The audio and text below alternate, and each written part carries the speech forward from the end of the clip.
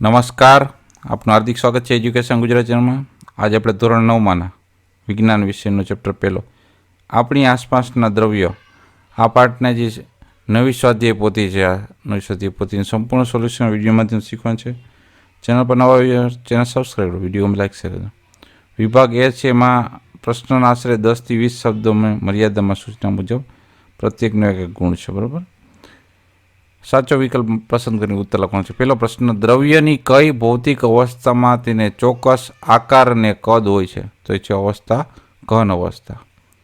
બીજો પ્રશ્ન, નીચે પૈકી કયું દ્રવ્ય નથી? તો એ છે પ્રેમ. ત્રીજો પ્રશ્ન, નીચેના પૈકી કઈ લાક્ષણિકતાનો દ્રવ્યના કણોની લાક્ષણિકતામાં સમાવેશ થતો નથી? તો એ છે દ્રવ્યના કણો વચ્ચે અવકાશ હોતો નથી. ચોથું, નીચેના પૈકી કયો પદાર્થ ઉર્ધ્વપાતન પામે છે? તો એ છે કપૂર. પાંચમું છે 408 કેલ્વિન, 429 કેલ્વિન, 491 કેલ્વિન. તાપમાનના મૂલ્યોને સેલ્સિયસ માપક્રમમાં રૂપાંતરિત કરવા મળતા મૂલ્યો અનુક્રમે કેટલા હોય છે? તો એ હશે 135 અંશ સેલ્સિયસ, 156 અંશ સેલ્સિયસ અને 218 અંશ સેલ્સિયસ. છઠ્ઠો પ્રશ્ન, બરફની ગલનગુપ્ત ઉષ્માનું મૂલ્ય શું છે? તો એ છે 3.34 × 10⁵ જૂલ પ્રતિ કિગ્રા -1. સાતમો પ્રશ્ન, વહેવું એ તરલનો અનન્ય સ્વભાવ છે. નીચેના પૈકી કયું વિધાન સાચું થશે? તો એ થશે વાયુ અને પ્રવાહી પદાર્થો તરલ તરીકે વર્તે છે. આઠમો પ્રશ્ન, ઉત્કલન બિંદુથી નીચા તાપમાને પ્રવાહી અવસ્થાનું વાયુ અવસ્થામાં રૂપાંતર થવાની ક્રિયાને શું કહેવાય છે? એને કહેવાય છે બાષ્પીભવન. નવમો પ્રશ્ન, નીચેનામાંથી કઈ પરિસ્થિતિ પાણીનું બાષ્પીભવન વધારશે? તો એ છે પાણીના તાપમાનમાં વધારો કરવાનો. દસમો પ્રશ્ન, નીચે પૈકી કયું વિધાન અયોગ્ય છે? તો કે સપાટીનું ક્ષેત્રફળ જેમ ઓછું તેમ બાષ્પીભવનનો દર પણ વધે છે. ત્યારબાદ છે વિધાન એ અને કારણ આર વચ્ચેના સંબંધ ચકાસતા પ્રશ્નોત્તર. બરાબર, અહીં વિધાન આપ્યા છે, એના આધારે ચકાસણી. તો 11 કીધું, વિધાન એ વાયુના અણુઓ એકબીજા સાથે તેમજ પાત્રની દિવાલ સાથે અથડામણ અનુભવતા દબાણ ઉદ્ભવે છે. અને કારણ આર કહે છે કે વાયુ અવસ્થામાં કણોની ગતિ ઓછી હોય છે. તો વિધાન સી એમાં સાચું થશે કે વિધાન એ સાચું છે પણ વિધાન આર ખોટું થઈ જાય. 12મું છે, વિધાન એ બરફ પાણી પર તરી શકે છે અને કારણ આર છે કે બરફની ઘનતા પાણી કરતાં ઓછી છે. તો વિધાન એ અને કારણ આર બંને સાચા થાય છે. 13મું છે, વિધાન એ પર્વતની તળેટી અને શિખર પર ઉત્કલન બિંદુ જુદું જુદું હોઈ શકે અને કારણ છે આર બંને સ્થળ વાતાવરણ દબાણ ભિન્ન હોય છે. વિધાન એ અને કારણ આર બંને સાચા થાય છે કારણ કે આર અને વિધાને સાચી સમજૂતી આપી જાય છે. 14મું છે વિધાન, વાયુ દ્રવ્ય ચોક્કસ આકાર ધરાવે છે. તો વિધાન ખોટું છે. 15મું, ઓક્સિજન વાયુનું પાણીમાં પ્રસરણ સંભવી શકે છે. વિધાન ખરું છે. 16મું, ઘન પદાર્થનું તાપમાન વધારતા તેના કણોની ગતિજ ઉર્જા ઘટે છે. વિધાન ખોટું છે. 17મું, ઉત્કલન બિંદુ જથ્થાત્મક ઘટના છે. વિધાન ખોટું છે. 18મું, કોઈ પણ પ્રવાહી પદાર્થનું ગલન બિંદુ તેમાં રહેલ કણો વચ્ચેના આકર્ષણ બળના પ્રબળતા દર્શાવે છે. વિધાન ખોટું છે.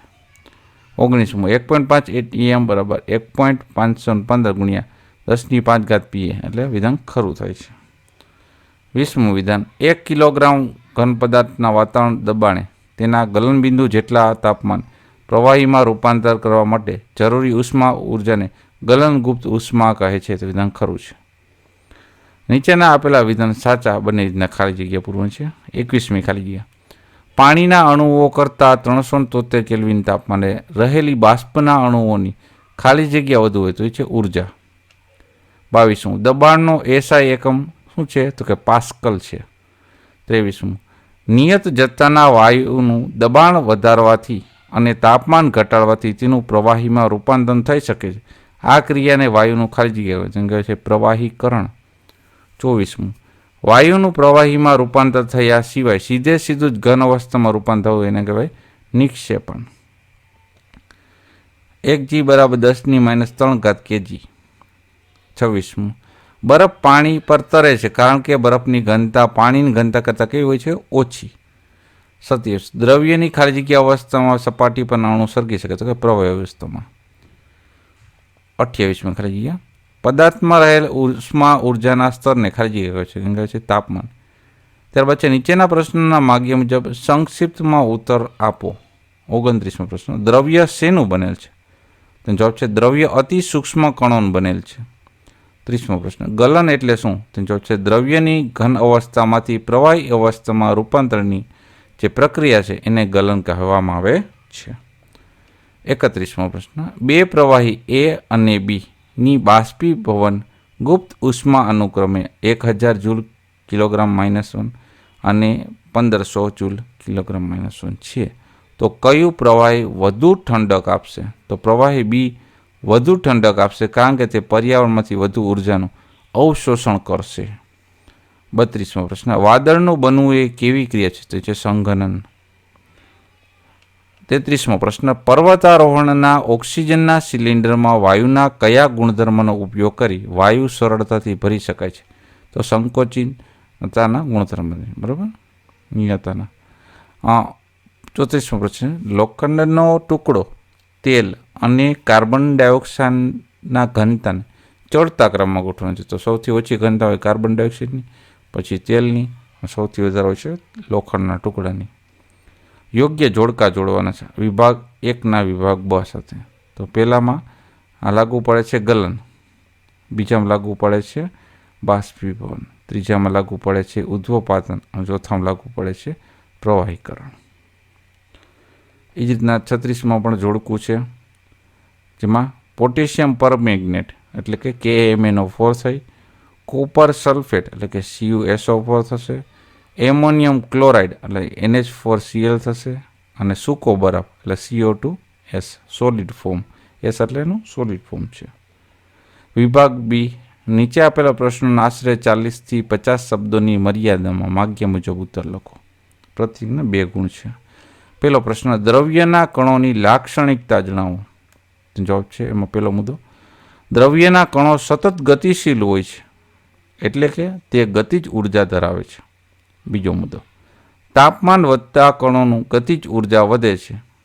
ત્રીજો મુદ્દો, દ્રવ્યના કણો એકબીજામાં આંતરમિશ્રિત થયેલા હોય છે કારણ કે એક દ્રવ્યના કણો વચ્ચેના અવકાશમાં બીજા દ્રવ્યના કણો ગોઠવાયેલા હોય છે અને સમાન રીતે મિશ્ર થાય છે. ચોથો મુદ્દો, દ્રવ્યના કણો એકબીજાને આકર્ષે છે. અને પાંચમું, દ્રવ્યના કણો નિશ્ચિત દળ પણ ધરાવે છે. આ બધા દ્રવ્યના કણોની લાક્ષણિકતા થઈ. બીજો પ્રશ્ન, દ્રવ્યના અવસ્થાની A પ્રસરણ વેગ અને B કણની ગતિના આધારે ચડતા ક્રમમાં ગોઠવો. તો પ્રસરણ વેગ એટલે કે સૌથી ઓછી હોય ઘનમાં, પછી પ્રવાહીમાં, સૌથી વધારે હોય વાયુમાં. એ જ રીતના કણની ગતિમાં પણ ઘનમાં ઓછામાં ઓછી હોય, પ્રવાહીમાં એનાથી વધારે હોય અને વાયુમાં સૌથી વધારે હોય. ત્રીજો પ્રશ્ન છે વ્યાખ્યા આપો. ઉત્કલન બિંદુ, પહેલી વ્યાખ્યા, તો એક વાતાવરણ દબાણે અને જે તાપમાને પ્રવાહી ઉકળવા લાગે તે તાપમાનને તે પ્રવાહીનું ઉત્કલન બિંદુ કહે છે. પાણી માટે આ તાપમાન અંશમાં સેલ્સિયસમાં કહીએ તો 100 પ્લસ એમાં જો 273 ઉમેરીએ એટલે 373 કેલ્વિન અંશ છે, પાણી ઉકળવા માંડે છે. બીજો પ્રશ્ન, બીજી વ્યાખ્યા છે ભેજની, તો કે હવામાં રહેલ પાણીની બાષ્પની માત્રાને જ ભેજ કહેવાય છે.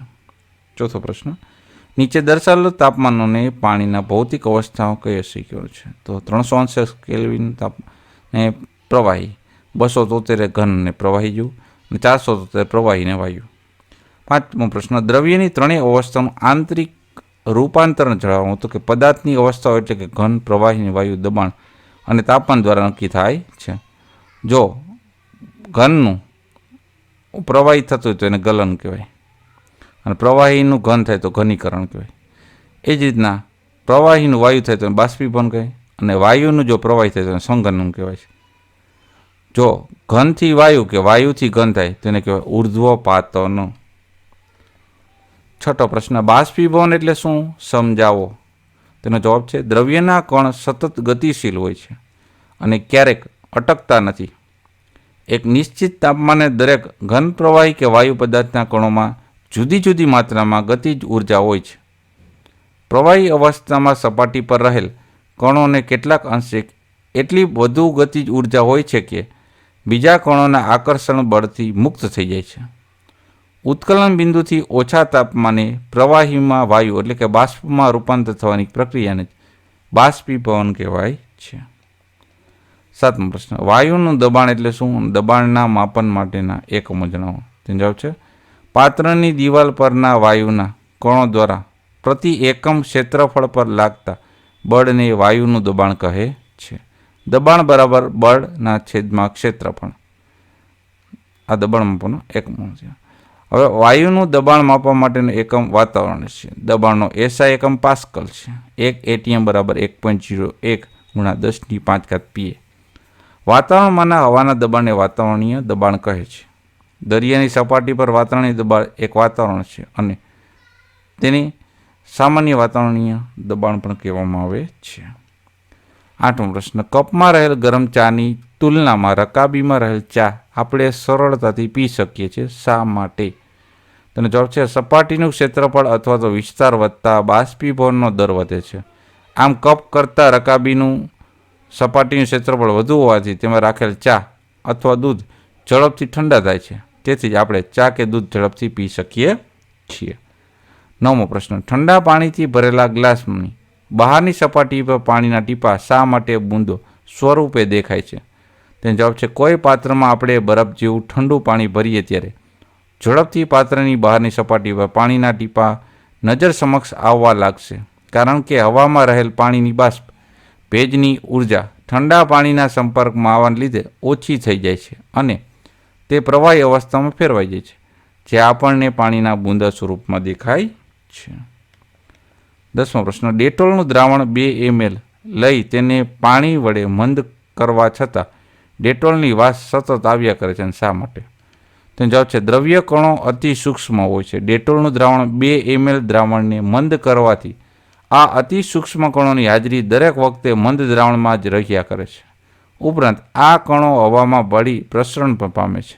તેથી ડેટોલની પાણી વડે મંદ કરવા છતાં પણ એની વાસ સતત આવ્યા જ કરે છે. પ્રશ્ન 11, તફાવતના બે મુદ્દા લખો. પેલું, ઘન અવસ્થા અને પ્રવાહી અવસ્થાનો તફાવત. પેલું, ઘનના ઘટક કણો વચ્ચેનું અંતર નહીવત હોય, જ્યારે પ્રવાહી ઘટક કણો વચ્ચેનું અંતર ઘન કરતાં થોડુંક વધુ હોય છે.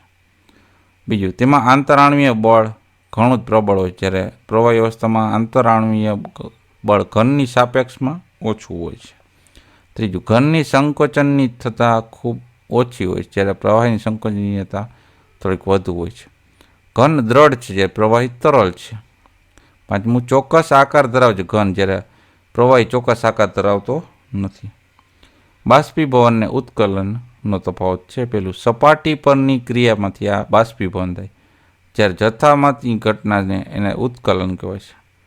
બાષ્પીભવન ધીમી પ્રક્રિયા છે, જ્યારે ઉત્કલન ઝડપી પ્રક્રિયા છે.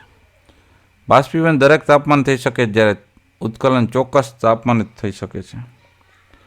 વિભાગ સી, પેલો પ્રશ્ન છે ઘન અવસ્થાના ગુણધર્મ જણાવો.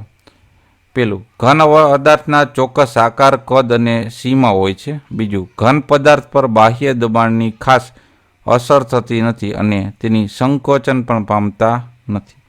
ત્રીજું, ઘન પદાર્થ તરલ હોતા નથી, આથી વહી શકતા નથી. ચોથું, બાહ્ય બળ લગાડવાથી ઘન પદાર્થ તૂટી શકે છે, પરંતુ તેમના આકારમાં ફેરફાર થવો મુશ્કેલ છે, આથી જ તેઓ દ્રઢ હોય છે. 5મું, સ્પંજ એટલે કે વાદળીને આપણે દબાવી શકીએ છીએ, કારણ કે તેના ઘટક કણોની વચ્ચે રહેલી જગ્યામાંની હવા બહાર નીકળી જાય, પરંતુ અવસ્થા બદલાતી નથી. પ્રશ્ન બીજો, પદાર્થની ભિન્ન અવસ્થાઓના ગુણધર્મ જોવા મળતા ફેરફારો કોષ્ટક સ્વરૂપે દર્શાવો. તો ક્રમ, ગુણધર્મ, ઘન, પ્રવાહી, વાયુ. મતલબ આકાર હોય તો શું થાય? ઘનમાં નિશ્ચિત હોય, પ્રવાહીમાં અનિશ્ચિત હોય, અને વાયુમાં પણ અનિશ્ચિત હોય.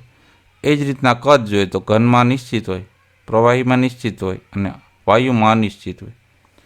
એ રીતના દબનીયતા જોઈએ તો ઘન છે અદબનીય છે, જ્યારે પ્રવાહી આંશિક દબનીય એટલે થોડુંક છે, વાયુ વધુ દબનીય છે. પ્રસરણનો દર જોઈએ તો અતિશય ઓછો ઘનનો છે, ઘન કરતાં વધુ અને વાયુ કરતાં ઓછો, અને ઘન અને પ્રવાહી બંને કરતાં વાયુનું પ્રસરણ વધારે છે. 5મું, તરલતા અને સખ્તાઈ. તો એ છે દ્રઢ ઘનમાં પ્રવાહીમાં છે તરલ અને ઓછો સખત, વાયુમાં છે ખૂબ જ વહનશીલ. હવે આંતરાવણીય આકર્ષણ બળ એમાં ઘનમાં મહત્તમ છે, પ્રવાહીમાં ઘન કરતાં ઓછું અને વાયુમાં લઘુત્તમ છે. 7 ઘટક કણોની ગોઠવણી, ઘનમાં ગીચ હોય, પ્રવાહીમાં ઓછી ગીચ હોય અને વાયુમાં અવ્યવસ્થિત હોય.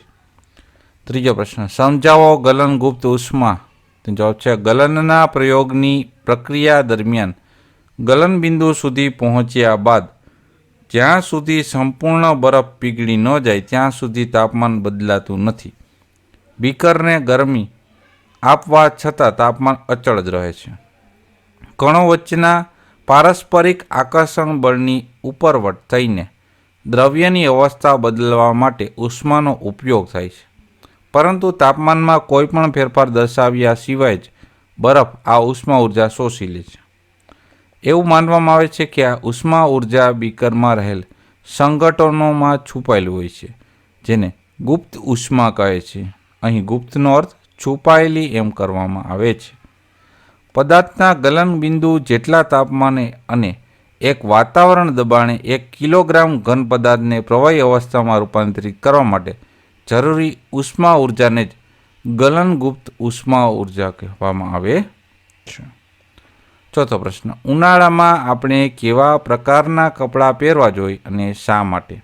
તેનો જવાબ છે ઉનાળામાં આપણે સુતરાઉ કપડાં પહેરવા જોઈએ, કારણ કે શારીરિક પ્રક્રિયાઓને કારણે ઉનાળામાં આપણે વધુ પરસેવો થાય છે, જેનાથી આપણને ઠંડક મળે છે. જેમ કે આપણે જાણીએ છીએ કે બાષ્પીભવન દરમિયાન પ્રવાહીની સપાટીની કણ આપણા શરીર કે આપણી આસપાસની ઉર્જા મેળવીને બાષ્પમાં ફેરવાઈ જાય છે. બાષ્પીભવન ગુપ્ત ઉષ્મા જેટલી જ ઉષ્મા ઉર્જાનું આપણા શરીરનું શોષણ થાય છે, જેથી આપણા શરીરને ઠંડક મળે છે. જોકે સુતરાઉ કપડામાં પાણીનું અવશોષણ વધુ થાય છે માટે. 5 પ્રશ્ન છે, દબાણ આપેલા મૂલ્યોને પાસ્કલમાં ફેરવવાના છે, બરાબર. 0.5ના 3 અને 5ના આપેલા છે ક્રમમાં, તમે નોટ ડાઉન કરી લેજો. ત્યારબાદ છે 6થો પ્રશ્ન, પદાર્થને આધારે ફકરાના આધારે કેસ સ્ટડી કરે છે. ઉધ્વપાતન એટલે શું છે એવો પ્રશ્ન પહેલાં પૂછ્યો હતો કે ઘન પદાર્થને ગરમ કરતાં તેનું પ્રવાહી અવસ્થામાં રૂપાંતર થયા વિના જ સીધું વાયુ અવસ્થામાં રૂપાંતર થવાની ક્રિયા છે, એને ઉર્ધ્વપાતન કહેવાય છે. નિક્ષેપણ એટલે કે પથ્થર, રેતી કે અન્ય પદાર્થ હોય પાણી, પવન અથવા તો બરફ દ્વારા એક સ્થળે બીજા સ્થળે ખસેડે નિક્ષેપણ કહે છે. અથવા તો એનો શું કહેવાય, નિક્ષેપણ આનું ઉલટું કે એમાં કહી શકો કે વાયુનું સીધું ઘનમાં રૂપાંતર થઈ જાય. ત્રીજું, દ્રવ્યની ત્રણેય અવસ્થાનું આંતરિક રૂપાંતર જણાવતું તાપમાન અને દબાણ ફેરફાર થાય એવું રૂપાંતરણ તાપમાન બદલવાથી આંતરિક ઉર્જામાં ફેરફાર લાવે છે. પહેલો પ્રશ્ન છે ડી વિભાગમાં, વાયુ અવસ્થાના ગુણધર્મો જણાવો. એમાં પહેલું, વાયુ પદાર્થને પોતાના ચોક્કસ આકાર કે કદ હોતું જ નથી, પરંતુ ચોક્કસ દળ હોય છે. બીજું, ઘન તેમજ પ્રવાહીની તુલનામાં વાયુનું સંકોચન ઘણી વધુ માત્રામાં થાય છે. આપણા ઘરમાં ખોરાક રાંધવા માટે વપરાતો પ્રવાહીકૃત પેટ્રોલિયમ વાયુ અથવા તો હોસ્પિટલમાં વપરાતા ઓક્સિજન સિલિન્ડરમાં સંકોચિત વાયુ હોય છે. આજકાલ વાહનોમાં બળતણ તરીકે સંકોચિત કુદરતી વાયુનો ઉપયોગ થાય છે. વાયુમાં સંકોચિતતાનું પ્રમાણ વધુ હોવાને કારણે વાયુના અતિશય વધુ કદને પણ ઓછા કદમાં ધરાવતા સિલિન્ડરમાં સંકોચિત કરી શકાય છે અને આસાની એટલે કે સરળતાથી એક સ્થળેથી બીજા સ્થળે લઈ પણ જઈ શકાય છે. ત્રીજું, કણોની ઝડપી ગતિને અને કણો વચ્ચે ખૂબ વધુ ખાલી અવકાશને કારણે વાયુઓનું અન્ય વાયુમાં પ્રસરણ ખૂબ ઝડપથી થાય છે. ચોથું, વાયુ અવસ્થામાં કણોની ગતિ અસ્તવ્યસ્ત અને વધુ હોય છે. આ અસ્તવ્યસ્ત ગતિને કારણે કણો એકબીજા સાથે તેમજ પાત્રની દિવાલ સાથે અથડામણ અનુભવે છે. પાત્રની દિવાલ પરના વાયુના કણો દ્વારા પ્રતિ એકમ ક્ષેત્રફળ પર લાગતા બળને કારણે વાયુનું દબાણ ઉદ્ભવે છે. બીજો પ્રશ્ન, બાષ્પીભવન પર અસર કરતા પરિબળો સમજાવો. પેલું, સપાટીનું ક્ષેત્રફળ વધવાથી શું થશે? તો કે બાષ્પીભવન એ સપાટી પર થતી પ્રક્રિયા છે. સપાટીનું ક્ષેત્રફળ અથવા તો વિસ્તાર વધતા બાષ્પીભવનનો દર પણ વધે છે. જેમ કે કપડાં સૂકવવા માટે આપણે તેને પહોળા કરીને સૂકવીએ છીએ. બીજું, તાપમાનમાં વધારો શું લાગુ પડશે? તો કે તાપમાન વધવાથી વધુને વધુ કણોને પૂરતી ગતિ ઉર્જા પ્રાપ્ત થાય છે, જેથી જેમનું બાષ્પ અવસ્થામાં રૂપાંતર વધુ થાય છે. ત્રીજું, ભેજની માત્રામાં ઘટાડો થવો. તો હવામાં રહેલ પાણી બાષ્પની માત્રાને ભેજ કહેવામાં આવે છે. કોઈ નિશ્ચિત તાપમાને આપણી આસપાસની હવામાં એક નિશ્ચિત માત્રા કરતાં વધુ પાણીની બાષ્પ રહી શકે નહીં. જ્યારે હવામાં પાણીના કણોની માત્રા પહેલેથી જ વધુ હશે તો બાષ્પીભવનનો દર ઘટી જશે. જે આપણે ચોમાસામાં અનુભવ કરીએ છીએ કે ચોમાસામાં ઘડીમાં કપડાં સુકાતા નથી. ચોથું, પવનની ઝડપમાં વધારો. તો કે એક સામાન્ય અવલોકન છે કે વધુ પડતા પવનના કપડાં ઝડપથી સુકાઈ જાય છે. વધુ પડતા પવનને કારણે પાણીના બાષ્પના કણો પવનની સાથે ઉડી જાય છે, જેથી આસપાસની પાણીની બાષ્પની માત્રા પણ ઘટી જાય છે. તો આ તો આપણે પાઠ પહેલાંનું સંપૂર્ણ સોલ્યુશન શોધી પૂછીને જોતા રહો એજ્યુકેશન ગુજરાત ચેનલ. શીખતા રહો. Thank you. આભાર.